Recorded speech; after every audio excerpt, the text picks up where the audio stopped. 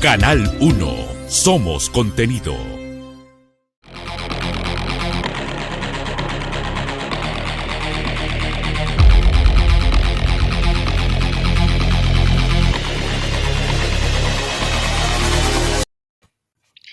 Queridos amigos, buenas noches. Estamos hoy en un nuevo programa de Responsabilidad Social en Acción. Mi nombre es Juliana Ramírez y hoy, 30 de junio, nos comunicamos una vez más para este programa.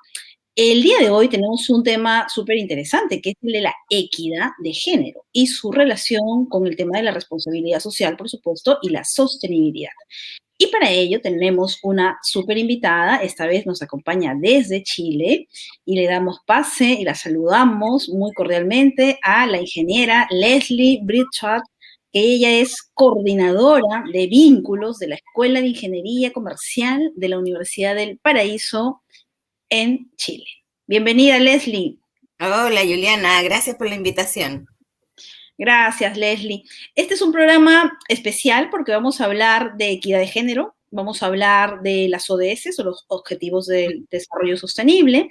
Y la primera pregunta para aclarar este punto, porque siempre es importante, tú que eres una representante, una representante, digamos, además identificada con este tema, muy en la praxis, ¿no? De la lucha por la igualdad de la mujer.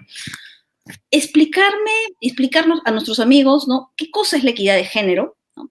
¿Cuáles son los conceptos que además están vinculados con la equidad de género, como el feminismo, el machismo, y otros, ¿no? Que a veces también se tiene una mirada o digamos, una perspectiva que no siempre es la correcta. Entonces, me gustaría que nos aclararas, Leslie. Ok.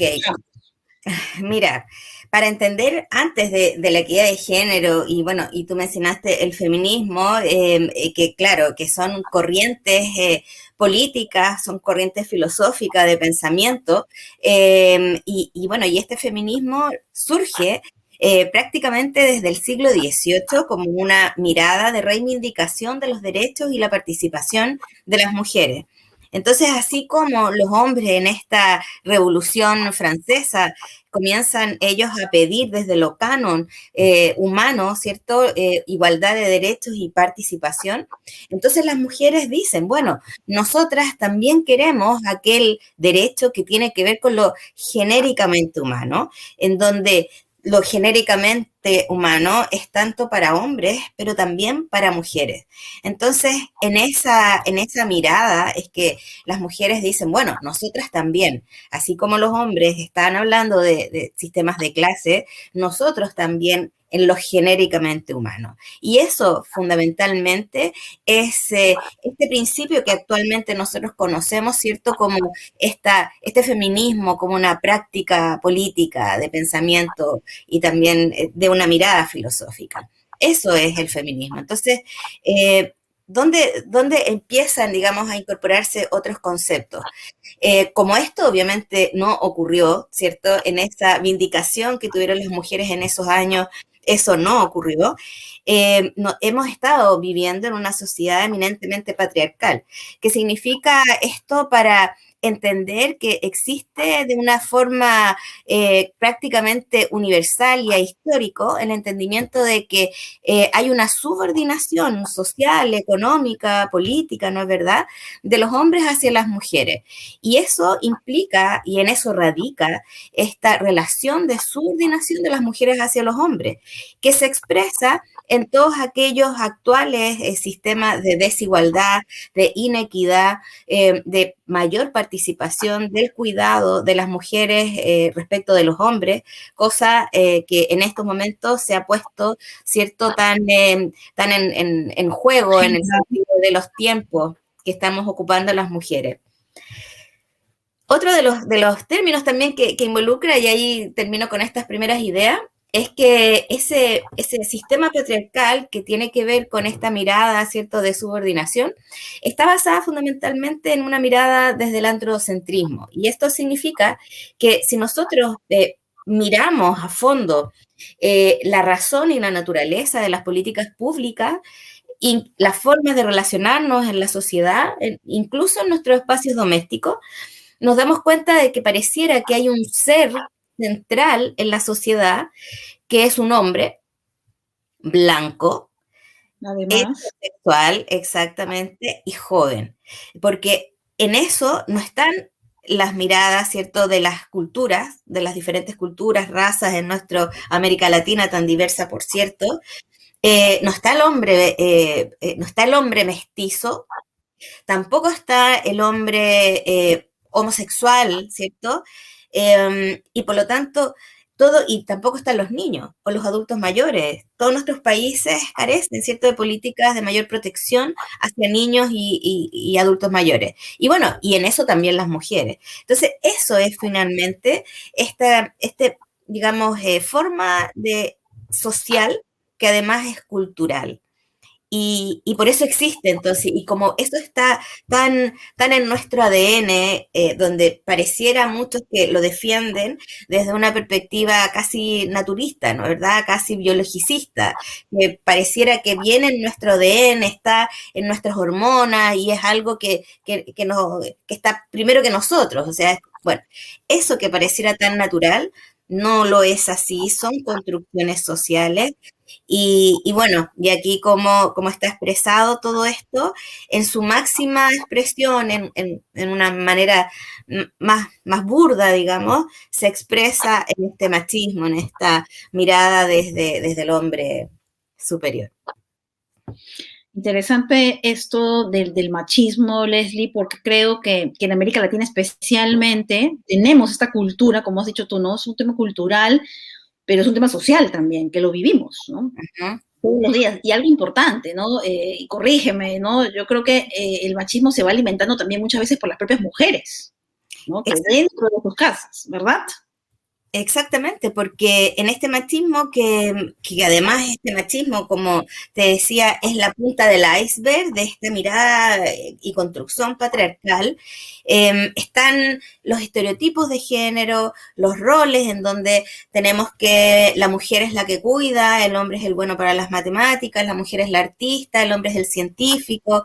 Entonces, esta mirada de continuar bajo estos patrones son reproducidos también por las mujeres porque han sido enseñadas de esa manera. Y bueno, tú sabes, ¿no es verdad?, que los niños adquieren en sus etapas más tempranas ciertos comportamientos y después son reproducciones y nosotras mismas cuántas veces nos hemos enfrentado a tener que repensar o reaprender, ¿cierto?, conductas o estigmas o cuando uno tiene una percepción a priori de las cosas y nos cuesta muchísimo cambiarla, porque esto que se nos ha metido, claramente que implica incluso educación, implica, qué sé yo, acceso a la información. Y desde esta manera, entonces, claro que son las mujeres también quienes están dentro de de esta misma cultura, de esta misma crianza. Así es. Hay dos ODS, la ODS Ajá. 5, que habla de la equidad de género, y la ODS 10, que justamente habla de la lucha ¿no?, por las desigualdades. Exacto. Recordemos que los ODS son los Objetivos de Desarrollo Sostenible. Naciones Unidas nos plantea que para tener un mundo mejor al 2030, en el mundo, todas las organizaciones y las personas debemos trabajar en estos objetivos. Y es bien interesante que de los 17 objetivos hayan dos específicos, ¿no?, que están alineados al tema que estamos hablando ahora, ¿no?, que es el tema de equidad de género. ¿Cuánto consideras, Leslie, que hemos avanzado en América Latina con respecto a estas ODS y cuál es el rol que tienen las organizaciones, sean civiles, públicas, privadas, ¿no?, con respecto a este tema? Bueno, se ha avanzado, pero claramente la pandemia COVID-19 ha significado un retroceso, yo creo que en todos los niveles que se estaban avanzando, como por ejemplo en lo que significa la igualdad de género respecto de la violencia. Sabemos que uno de los flagelos también que es otra pandemia, ¿no? Dentro de esta pandemia que está a puertas cerradas y que todas estas políticas públicas, instituciones de apoyo, en fin, quedan absolutamente cortadas los nexos cuando esta pandemia nos obliga a estar en cuarentena y pasando largas horas en los hogares, y en esos hogares muchas veces lamentablemente la pareja que es el violento, digamos. Entonces, en esa materia, en la materia también de la toma de decisiones de las mujeres y de la participación en los espacios de trabajo, las mujeres también, que a pesar de que hemos avanzado, el tema del cuidado siempre ha estado presente, ha ido acompañando que la apertura al trabajo de las mujeres ha sido más bien en los ámbitos informales. Y eso implica que con esta pandemia nuevamente son los trabajos informales los que se han visto mayormente afectados, y entonces el acceso a remuneraciones e ingresos que tenían las mujeres también ha disminuido. Y así podríamos comenzar a mirar cada uno de estos indicadores en términos de ley de igualdad de género, así como de la reducción de las desigualdades, y vamos a ir viendo que aspectos que habíamos avanzado, hoy estamos en una situación crítica que hay que revisar. Y allí, obviamente, las organizaciones del ámbito social, sobre todo las organizaciones de mujeres, tienen que tener una predominancia en el sentido de relevar estas situaciones que ocurren. También en las universidades, nosotros, ¿cierto? Colocar la perspectiva de género como una mirada, como un lente desde donde tenemos que orientar también la enseñanza hacia nuestros estudiantes y acompañarlos desde ahí a sus aprendizajes. En el ámbito de las políticas públicas, ¿para qué decir? Ellos tienen que incorporar la mirada, la perspectiva de género, y mirar con una perspectiva de género también estos impactos del COVID, que tienen todas estas y otras más, ¿cierto? Circunstancias en términos de la mujer. Y las organizaciones empresariales, como por ejemplo lo que tiene que ver con asociaciones empresariales de mujeres, también ellas tienen, ¿cierto? Desde esta perspectiva empresarial y del empoderamiento. Y los emprendimientos de mujeres, concretamente, también tienen que estar apoyados por las instituciones públicas, privadas, del tercer sector. Fantástico, Leslie. Queda claro que hablar de la mujer y sobre todo en sociedades como las nuestras, en América Latina, y el rol que ocupa, ¿no? Porque a pesar de este contexto que es difícil para la mujer siempre demuestra que puede salir adelante, la mujer demuestra que puede hacerse cargo de los hijos, la mujer demuestra que puede tener un emprendimiento, pese a la violencia, esto que comentabas que es bien duro, ¿no? Que es un tema tabú en muchos casos, y que ahora con la pandemia se ha identificado y además intensificado, ¿no? Y que todavía no se están tomando las medidas del caso. Entonces, en este contexto, ¿cómo definirías tú ahora mismo a la mujer en América Latina, ¿no? ¿Cuáles son esas características que hoy tiene y cuáles son esas brechas pendientes que hay que trabajarlas justamente para poder dar un paso adelante? Sabemos que la pandemia nos ha hecho retroceder un poco, ¿no? Pero ¿qué brechas exactamente tenemos pendientes para poder trabajarlas? Mira, desde ahí yo había hecho un pequeñito resumen, ¿no es verdad?, en estas imágenes de mujeres, donde así como América Latina y en general el movimiento feminista surge, claro, en esta primera ola que tiene que ver con las sufragistas. Hay, de hecho, una película que yo la recomiendo muchísimo, que tiene que ver precisamente, que es un poco de ficción y realidad, que tiene que ver con toda la lucha de las mujeres para pasar de ser no solamente sujetos, sino que también sujetos individuos, y pasar a ser ciudadanas a partir del voto. Y esto no fue digamos, una situación que se dio natural, esto fue a través de la lucha que dieron mujeres a lo largo de todo el mundo, América Latina también, y todos los países tuvieron estos movimientos de mujeres. En el caso de Chile, nosotros, bueno, en general también América Latina ha tenido momentos bastante oscuros políticos, y nuevamente las mujeres surgen, incluso en Europa después de la guerra hubo muchas mujeres que salieron a trabajar por precisamente la guerra y los hombres pero luego cuando la guerra termina, las mujeres vuelven nuevamente al trabajo, y ahí está Nosotras Podemos, ¿cierto?, donde aparecen estas imágenes de mujeres. Y bueno, y en la lucha política nuevamente las mujeres surgen, y en estos últimos años ya hemos visto a las primeras presidentes, ¿cierto?, mujeres, y ciertos movimientos también sociales que han sido súper transversales desde América Latina y también fueron incorporadas como un cántico de lucha a propósito de las tesis. Yo sé que también estuvieron por allí en es el macho opresor, ¿cierto? Es donde se reivindica nuevamente este rol social. La, la situación de las mujeres en general en América Latina está marcada por brechas de desigualdad y eso es así y lo vemos expresado tanto en las brechas salariales concretamente que a nivel incluso de profesionales tenemos también las mujeres disminuciones en términos del acceso a la remuneración, muchas veces incluso realizando las mismas actividades.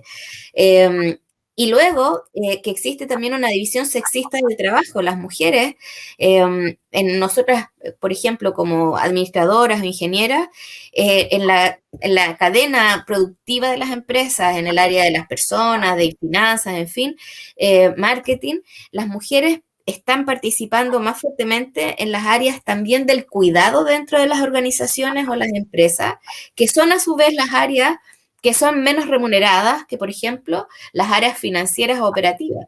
Entonces, en el hecho de participar las mujeres como profesionales, eso obviamente que es un avance, pero ahí también hay una brecha que tiene que ver con el espacio que estamos ocupando las mujeres dentro de las empresas. El tema del cuidado, allí hay una gran deuda, ¿cierto?, en cómo cambiar la cultura y ahí es súper importante la educación primaria, ¿cierto?, en tener esta conciencia de compartir las labores domésticas, de compartir el cuidado, la formación, y el cuidado de los enfermos, de nuestros adultos mayores. En Chile, fíjate que hasta antes de la pandemia, teníamos que del total de las mujeres que estaban inactivas, prácticamente el 40% del total, digamos, de las mujeres están dedicándose precisamente al área del cuidado, a los quehaceres del hogar. Entonces, eso implica que hay, de alguna forma, hay un costo que estamos pagando las mujeres para que los desarrollos productivos de nuestros países se permitan. Hay diferentes también estudios del tiempo, como lo que aparecen ahí. En Chile, más de 3 horas aproximadamente ocupan las mujeres diariamente en estas actividades que te estoy comentando, ¿no es verdad? No remuneradas, ¿no es cierto, Leslie? Claro, hay que decirlo así. Claro que sí, son estas actividades que permiten que las cosas en lo doméstico funcionen, que en la casa la gente pueda, todos los niños, qué sé yo, todos los integrantes puedan comer, almorzar, desayunar, estar en las cosas limpias, la ropa limpia, seca una vez que la lavadora lava, pero la ropa hay que sacarla de la lavadora, luego hay que guardarla, ¿cierto?, distribuida. Bueno, todas esas cosas tienen que ver con este trabajo no remunerado, además del cuidado. Y bueno, y esas son entonces situaciones todavía que en América Latina tenemos que enfrentar todos, unos más, otros menos, pero no, yo diría que las diferencias son tan radicales que no vale la pena mucho dar cuenta de aquello, sino que relevar que existen estas diferencias. Y en los ámbitos políticos, que es una de las áreas donde nosotras tenemos que entrar en el área del empoderamiento, ¿cierto?, del liderazgo, nosotros en Chile acabamos, digamos, de tener una votación, porque vamos a reescribir nuestra constitución y por primera vez, y creo que es algo más o menos inédito, tenemos paridad de género en la construcción de esta nueva constitución.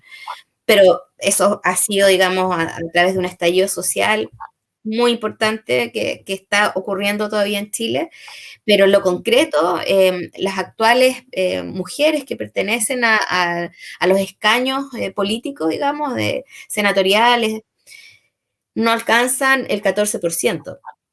Entonces, si pensamos quiénes están tomando las decisiones importantes, y sabemos que hay imagínate, si 70 y tantos por ciento de quienes toman las decisiones, más, 80 y tantos por ciento son hombres, obviamente que quedan temáticas que los hombres no es porque sean malos, es porque no las ven. Mira, hace poco veía un reportaje, un estudio de mujeres en la ciencia y en la investigación. y una de ellas está tratando por primera vez los problemas de mucho dolor menstrual que tenemos las mujeres, y que eso siempre fue tratado como una exageración, como un dolor, como una cosa hormonal, como esa cosa tan femenina, delicada, y resulta que estos últimos estudios ella ha avanzado bastante, y es una enfermedad física que genera el dolor. Pero si ella no se hubiese ocupado de esto que nos es propio, puede entonces haber quedado como quedó tanto tiempo. Rezagado, claro. Claro, porque es propio del cuerpo de la mujer. Entonces, ese tipo de cosas como que para nosotras es tan, digamos, importante, ¿no? Que era una enfermedad y que no tenías que sufrir nomás sino que había que hacer algo. Desde eso hasta los espacios, ¿cierto? Que tienen que ver con la cultura, con el desenvolvimiento de la vida, con equidad en las oportunidades y en la participación. No es que queramos estar por sobre, queremos en lo canon humano tener oportunidades y participación. Eso que acabas de decir es muy importante, Leslie. Yo quisiera tomar varias cosas de las que has dicho, ¿no? Por ejemplo, el tema de tener una participación, ¿no? De manera igualitaria, ¿no? La mujer ha tenido que luchar para conseguir votar, por ejemplo, ¿no? Imagínate toda la lucha que ha tenido que tener, toda la historia que hay detrás. En muchos países la historia ha sido parecida, ¿no? Mujeres buscando ese espacio, esa participación de forma igualitaria, ¿no? Has mencionado también el tema de la repartición de actividades domésticas, por ejemplo. Ahora en la pandemia, ¿no? Muchas de las que estamos, me incluyo además, ¿no? De las que estamos acostumbradas a tener apoyo en la casa, lo perdimos, ¿no? Y hemos podido apreciar, ¿no? En la vida real, ¿no? Y sufrirla, hay que decirlo, lo que significa realizar las actividades domésticas, ¿no? Y poder tener esta lucha interna también en casa con nuestras parejas para poder decirle, oye, compartamos estas actividades, ¿no? Que no siempre es fácil porque se piensa que está ligado a la mujer y que la mujer lo tiene que hacer. ¿No? Y hay otra cosa, hay otra cosa, porque se piensa que el cuidado, y por ahí yo lo tenía, que la rescaté de muchas imágenes, que la encuentro genial, el cuidado no es amor, es trabajo no remunerado. Porque pareciera que también no es que a ella le gusta, porque es su forma de entregar amor. No, ese es trabajo no remunerado. Y ahí está el punto del cuidado de los hijos, por ejemplo. Lo acabas de decir, es parte de, digamos, de que hay que considerarlo en el tema de la economía social, ¿no? Has hablado hace un rato de estas brechas salariales, por ejemplo, y estamos hablando de personas profesionales que trabajan en una empresa y donde incluso en esos espacios hay, no sé si está bien el término de decir discriminación, ¿no? Discriminación en el tema del sueldo. Sí, ¿no? claro que sí.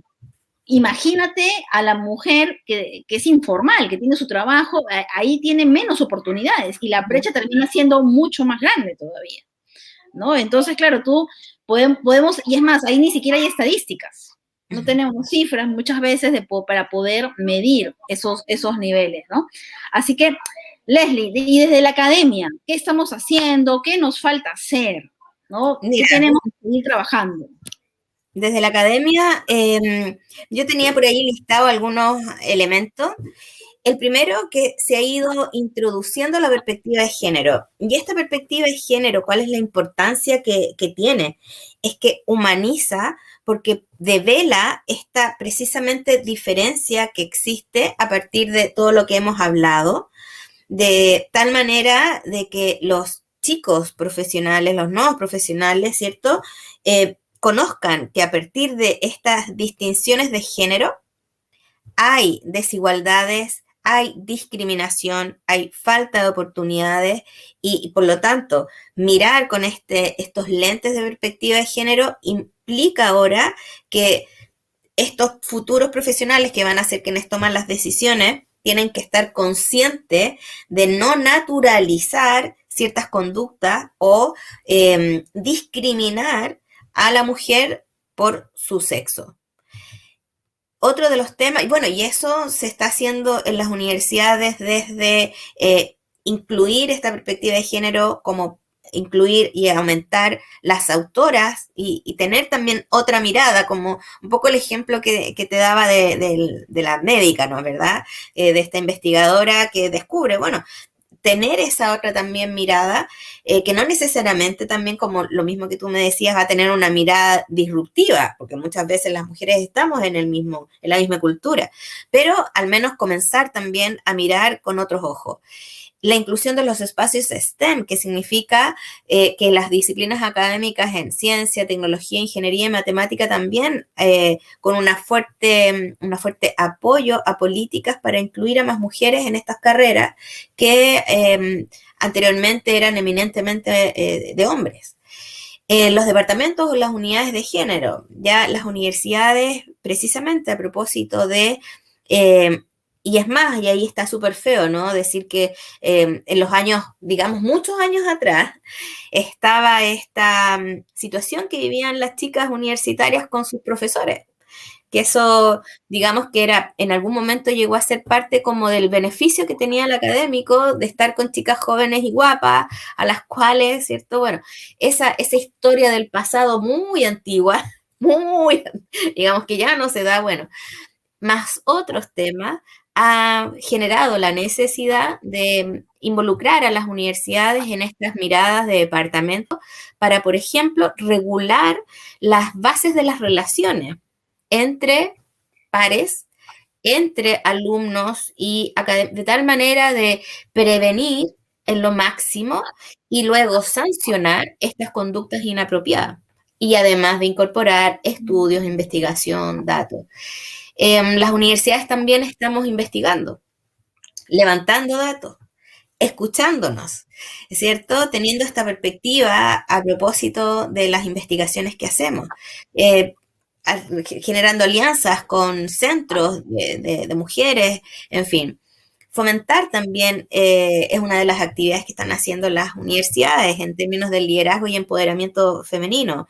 Desde la participación, los jóvenes cada vez más en eso hay más transversalidad, donde ellos en sus centros estudiantiles, federaciones, ya lo tienen más interiorizado, ¿no? Esta como paridad en términos del acceso. Y por otro, fomentando también el emprendimiento de mujeres. Nosotros, y también lo había dicho, la cantidad de empresas informales tiene rostro de mujer. En casi todos los países, más del 90% de las empresas informales sus dueñas son mujeres. Y eso implica que además mujeres que están en la casa, que están en el cuidado, y por lo tanto, ellas están más dedicadas a productos o servicios con menor valor agregado, que tiene que ver también con las actividades que realizan en la casa. La señora que cose en su casa, bueno, comienza entonces a entregarse papeles, la que cose, exactamente. Entonces, sobre todo ahora en pandemia, donde ya sabemos que estamos conectados, nosotros esto que es fabuloso, ¿cierto? Que tú estás en Perú, yo acá en Valparaíso, tenemos esta posibilidad porque estamos conectadas, porque tenemos acceso a la tecnología, no solamente porque tenemos la conexión, sino que también porque sabemos ocupar las redes. Bueno, y eso también es parte de lo que las universidades se están haciendo cargo a través de metodologías de aprendizaje más servicio, de prácticas, en fin. Hay mucho desafío, eso es como, yo diría que son los grandes temas. Cada universidad tiene una realidad local, ¿cierto? Y cada universidad tiene también que dar respuestas globales, ¿cierto? Porque estas son respuestas transversales, necesidades transversales, pero las tiene que responder con los recursos locales, con las necesidades locales. Esto que has dicho es bien importante y se me viene a la cabeza el concepto de ecosistema. ¿Cómo se está trabajando, por ejemplo, en Chile el ecosistema con respecto a la lucha por la equidad de género, por la reducción de la desigualdad, ¿no?, en las mujeres? ¿Cuál es la participación, por ejemplo, que están teniendo las empresas? Sabemos, por ejemplo, que las empresas que tienen reportes de sostenibilidad, ¿no? Porque el reporte GRI, porque el indicador GRI le dice, ¿no?, el sueldo del hombre y la mujer en el mismo puesto es el mismo, ¿no? Y sabe esa empresa que tiene que necesariamente pagar para cumplir con ese reporte. Pero claro, ¿cuántas empresas están dentro de este ecosistema de sostenibilidad? ¿No? Sabemos que son muy pocas en el mundo en general, ¿no? Y en América Latina menos todavía. Entonces, ¿cómo se está trabajando, por ejemplo, en Chile? ¿Cómo se están adoptando estas políticas? Si vienen desde el gobierno, si vienen desde el lado de la empresa y la academia con lo que nos acabas de explicar ya con su propio rol, ¿no? ¿Qué nos podrías decir? Nosotros te puedo comentar que hay diferentes niveles, o sea, el tema está instalado, eso es cierto. Ahora, del dicho al hecho es mucho trecho, dicen por ahí. Y bueno, y esto hay que darle entonces la bajada. Y ahí están estos ecosistemas, como tú decías. Entonces, yo te diría que desde lo regional, local, nosotros contamos con un ecosistema que está, no sé si decirlo robusto, porque está en permanente formación. Nosotros pasamos en un estallido social muy fuerte y luego nos pilló la pandemia, entonces está el país, digamos, como todos, bastante adolorido, digamos. Pero sí existen organizaciones y autogestionada, que es lo bueno, entre organizaciones de las tres áreas, digamos, desde el Estado, las empresas y los sectores no gubernamentales, incluso Tercer sector. empresariales.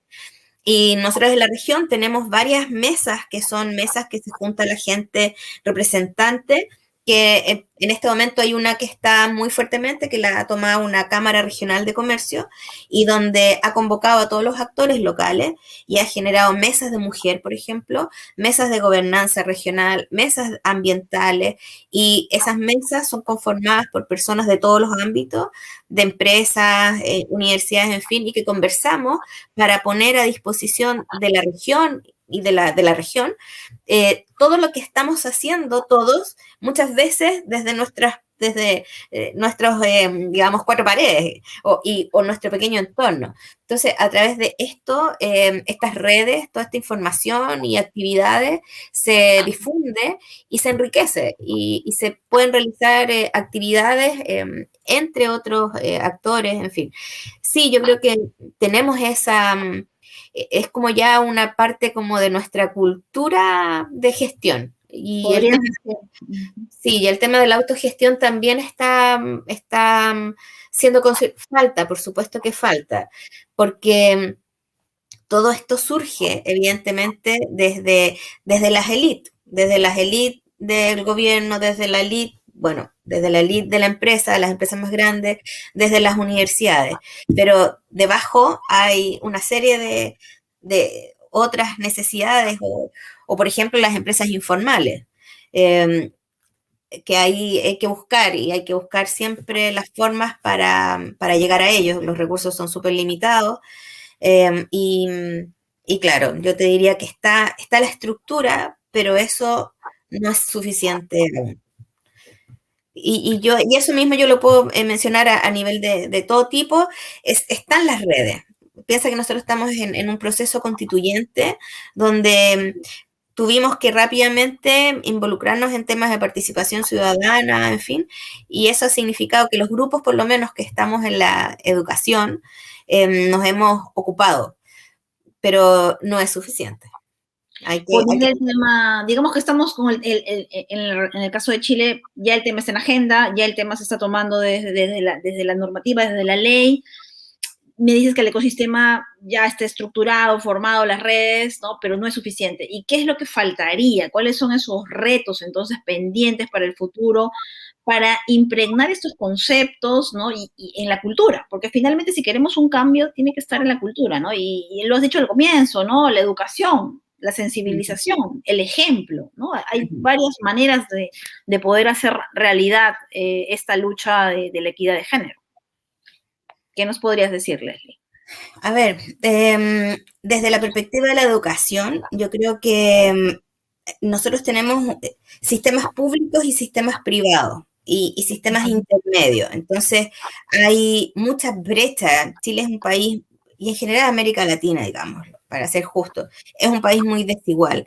Entonces, mientras...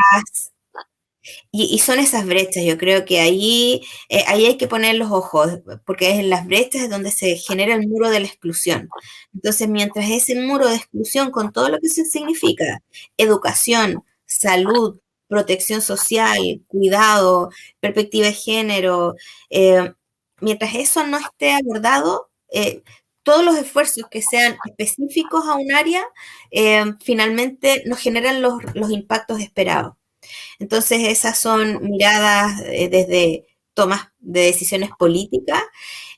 Tiene también que ver con las mayores descentralizaciones de los gobiernos locales.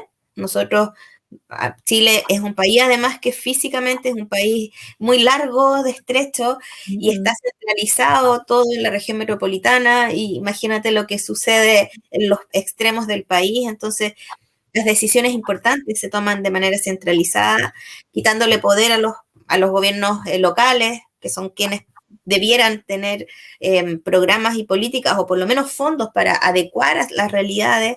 Entonces hay un tema de centralización, hay un tema de brecha, educación, la incorporación hacia atrás de la universidad en participar por ejemplo, en programas de emprendimiento, para a los colegios más técnicos, entregarles a los chicos las herramientas para que efectivamente esa competencia técnica la pueda llevar a cabo en un trabajo efectivo. Entonces, hay harto todavía por avanzar en América Latina.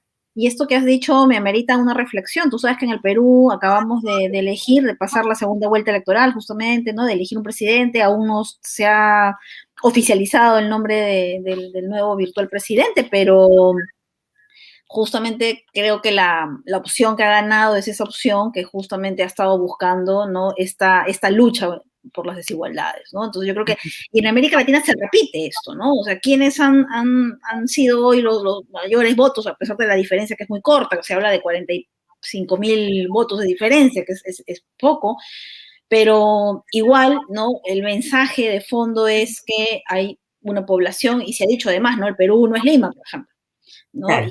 Y queda clarísimo en esas elecciones que quienes han decidido, ¿no? Son las regiones olvidadas, lo que tú has dicho, ¿no? Esa falta de atención en necesidades básicas. Estamos hablando de salud, estamos hablando de educación, de cuidado, de acceso a servicios básicos, ¿no? Como la luz, el agua, ¿no? Y hoy incluso el internet, ¿no? Aquí en el Perú hay muchas personas, millones de personas que lamentablemente no tienen acceso a las redes, ¿no? Entonces, el tema es profundo, Leslie.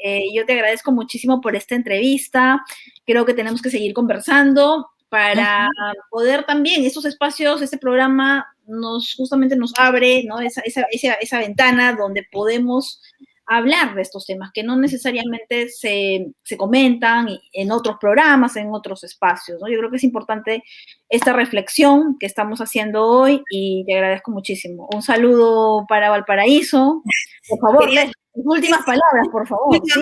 Quería, porque normalmente estos temas, antes de entrar en profundidad, ya solamente el título genera hartos anticuerpos en muchos y muchas también, porque hay mucho prejuicio al respecto, y la verdad es que no, lo que se trata de hablar con estos temas es de humanizar, de mayor humanización, de mayor oportunidades, que se refleje en mejor calidad de vida, que se refleje en parejas y familias más felices, porque los roles y los estereotipos no solamente son para las mujeres. Los hombres no pueden llorar, a los hombres también se les imponen ciertas conductas y roles que no necesariamente les son propios a todos por igual, y claramente, sobre todo en estos tiempos, mejora nuestra salud mental. Eso quería dejar como corolario de esta conversación, y gracias por la invitación. Gracias, Leslie. Me quedo con estas palabras, ¿no? Finalmente, si estamos hablando de equidad de género y de todos los conceptos que están, ¿no?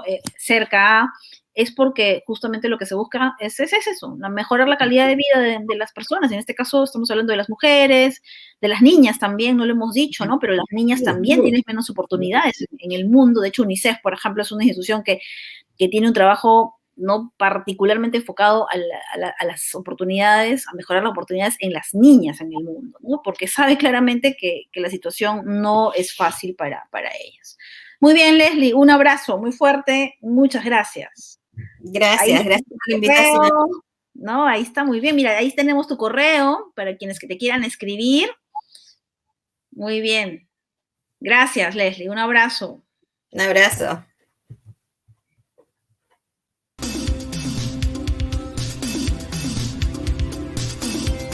Canal 1. Somos contenido.